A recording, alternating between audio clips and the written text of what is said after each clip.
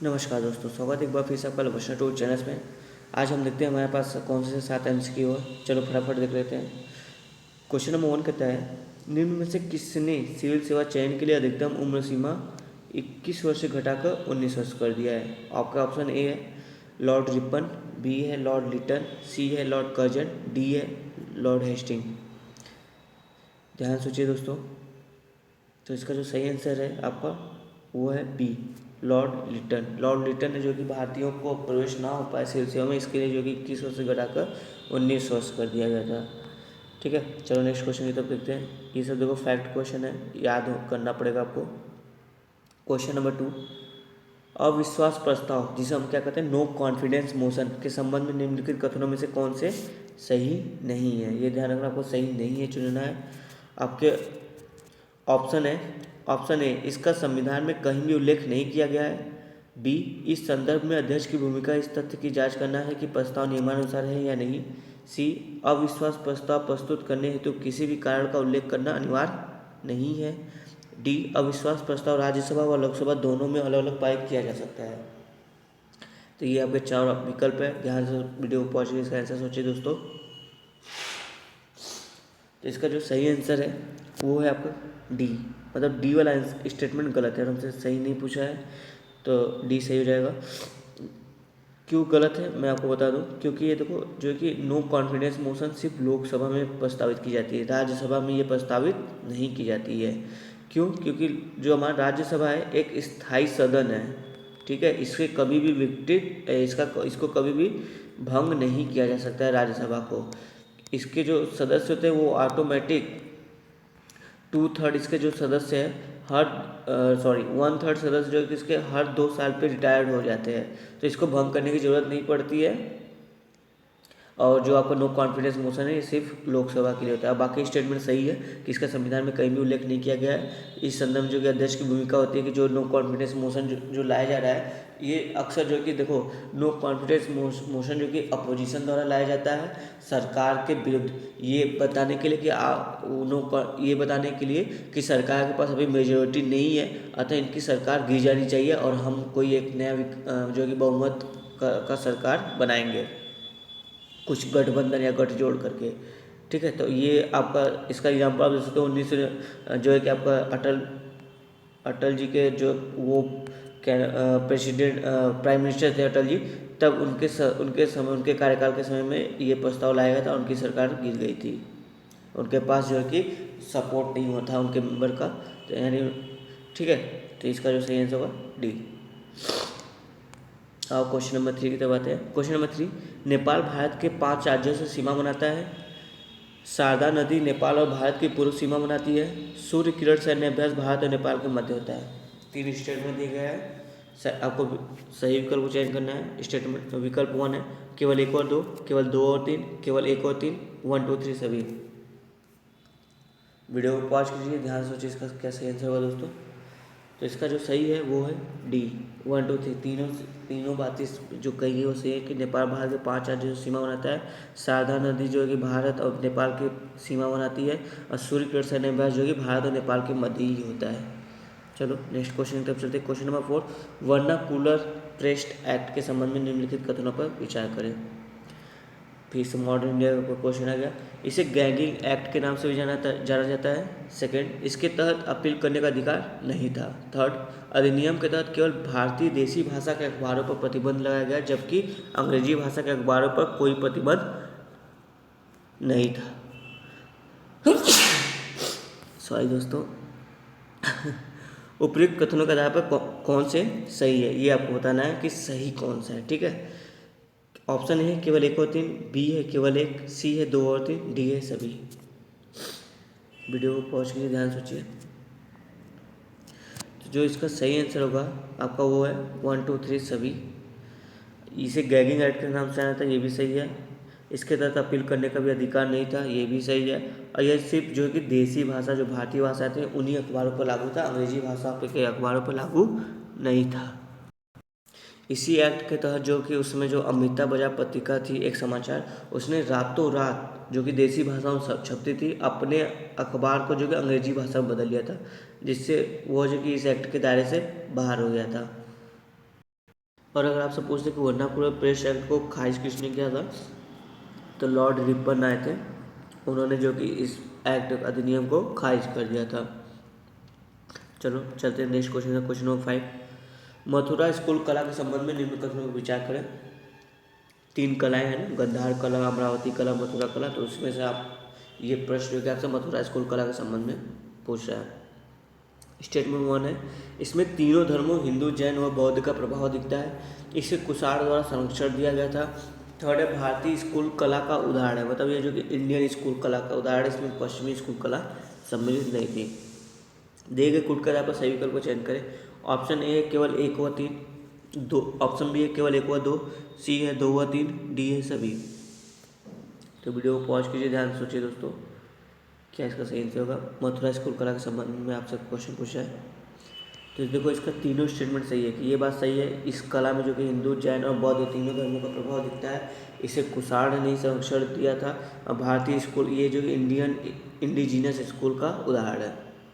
थोड़ा सा और डिटेल समझते हैं, पहले एक फिगर देख लो। ये देखो आपका जो कि गंधार स्कूल कला का आर्ट है, ये आपका जो कि मथुरा है, ये अमरावती स्कूल कला का आर्ट है।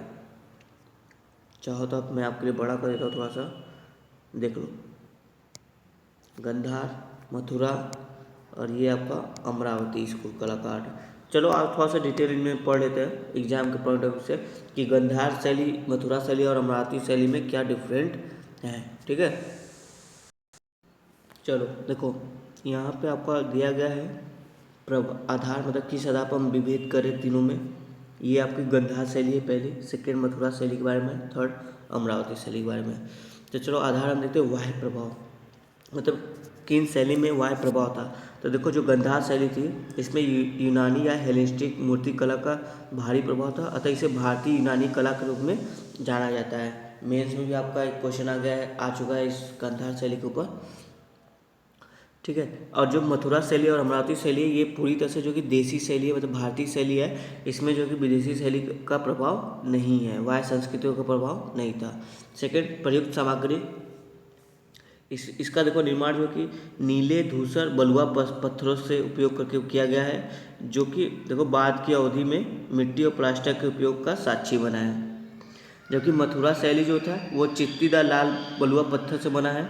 जबकि अमरावती शैली में देखोगे आप सफ़ेद संगमरमर की मूर्तियाँ का सफ़ेद संगमरमर का उपयोग करके मूर्तियों का निर्माण किया गया है। ये बहुत इंपॉर्टेंट ध्यान रखिएगा। मथुरा जो कि लाल चित्तीदार लाल बलुआ पत्थर, जबकि ये सफ़ेद संगमरमर, जबकि ये नीले धूसर बलुआ पत्थर।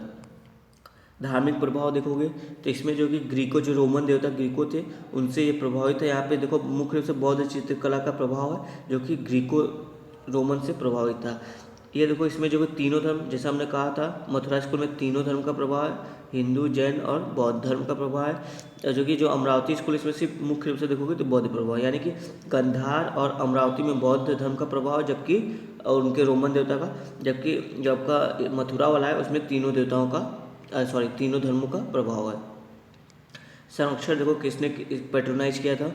बौद्ध जो आपको गंधार कला को कुषाण ने जो कि संरक्षण दिया था, मथुरा कला को भी जो कि कुषाण ने संरक्षण दिया था, पर जो अमरावती थी उसको जो कि सातवाहनों ने संरक्षण दिया था। क्यों? क्योंकि ये देखो अमरावती स्कूल कला कहाँ विकसित हुई है, ये आपका आंध्र प्रदेश के क्षेत्र में, तो वहाँ पर कुषाणों की पहुँच नहीं थी। कुषाण जहाँ थे मथुरा के आसपास के क्षेत्र में थे, तो उन्होंने उस चीज़ को पैट्रोनाइज किया था। तो इसको जो कि आपकी अमरावती को किसने पैट्रोनाइज किया? सातवाहनों ने। विकास क्षेत्र देख लो, कहाँ एरिया इनका देख लो। ये देखो उत्तर पश्चिमी सीमांत आधुनिक कंधार क्षेत्र, यानी जो पंजाब और पाकिस्तान का क्षेत्र है उधर। और ये देखो मथुरा शोक कंकालीटीला में और आसपास क्षेत्र में विकसित हुआ। यह देखो कृष्णा गोदावरी नदी की निचली घाटी में, अक्सर जो कि अमरावती स्कूल के संदर्भ में आता है कि यह कृष्णा नदी के किनारे विकसित हुआ, तो ये सही होते हैं। नागार्जुन कोंडा के आसपास क्षेत्र में यह विकसित हुआ है। आई होप आपको अंतर समझ में आ गया होगा। और थोड़ा सा एक और अंतर है, आप देख लो यहाँ पे। इसमें देखो जो बुद्ध की मूर्ति की विशेषताएं क्या थी गंधार कला में, मथुरा कला में और अमरावती कला में।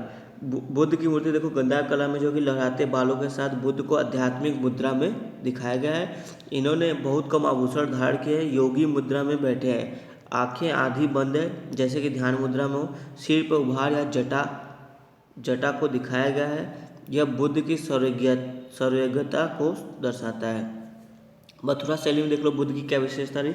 बुद्ध के मुस्कुराते चेहरे को यानी प्रश्नचित्त दिखाया गया है। तंग कपड़े पहने हुए हैं, शरीर हिष्ट पुष्ट है, चेहरा और सिर मुंडा है। बुद्ध विभिन्न मुद्राओं में पद्मासन में बैठे हैं और उनका चेहरा विनीत भाव दर्शाता है।